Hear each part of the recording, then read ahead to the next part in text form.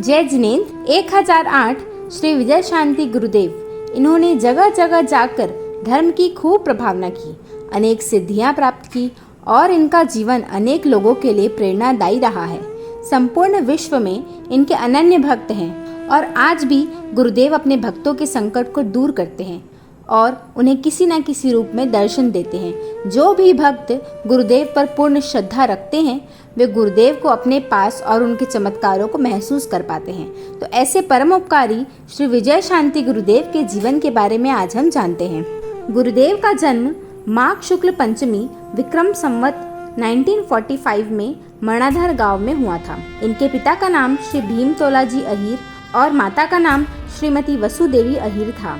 इनका संसारिक नाम सक्तोजी था। जब वे 8 वर्ष के हुए तब वे अपने काका महात्मा तीर्थ विजय जी के साथ रहने चले गए और उनके साथ 8 वर्ष रहने के बाद 16 वर्ष की उम्र में गुरुदेव की भव्य दीक्षा माघ सुदी पंचमी विक्रम संवत 1961 को जालोर जिले के रामसीन गांव में तीर्थ विजय जी के कर कमलों से संपन्न हुई। दीक्षा के पश्चात गुरुदेव दादा गुरु धर्म विजय जी के दर्शन के लिए मांडोली पधारे।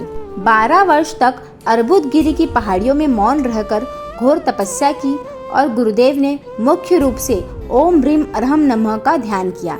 गुरुदेव ने अनेक सिद्धियां प्राप्त की। गुरुदेव का देह मक्खन से भी ज्यादा कोमल था, जिसमें से चंदन और गुलाब की मिश्रित खुशबू आती थी। गुरुदेव ने अपने नाम के साथ कोई पंथ या संप्रदाय का नाम कभी नहीं चलाया।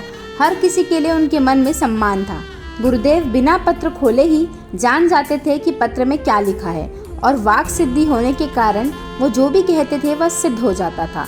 वे सरस्वती के पुत्र भी कहलाते थे। गुरुदेव में अदृश्य होने और अलग अलग रूप धारण करने की क्षमता भी थी। कई बार गुरुदेव 2 देह में अलग अलग जगह मौजूद होते थे। 61 शुक्ल दूज विक्रम संवत 1990 को गुरुदेव को आचार्य की पदवी दी गई। गुरुदेव को और भी बहुत सारी पदवियां मिली, जैसे कि हिज होलीनेश, योगेंद्र चूड़ामणि, नेपाल राजगुरु, जगत गुरु सूरी सम्राट आदि। गुरुदेव ने अंतिम 3 वर्ष अचलगढ़ में ही बिताए और एक दिन रात में 2:30 बजे नाड़ी की गति मंद पड़नी शुरू हो गई। रात के 2:45 पर चंपक भाई ने योगीराज का जब पांव स्पर्श किया तो वो बर्फ के जैसा ठंडा लग रहा था। उन्होंने योगीराज से पूछा कि आपको कब आराम मिलेगा, कृपा करके हमें बताएं। तो उन्होंने कुछ भी जवाब नहीं दिया। थोड़ी देर बाद गुरुदेव ने कहा कि तुम्हें कुछ पूछना है? तो चंपक भाई फिर बोले, आपको आराम कब आएगा, इसके अलावा मुझे कुछ भी नहीं पूछना है।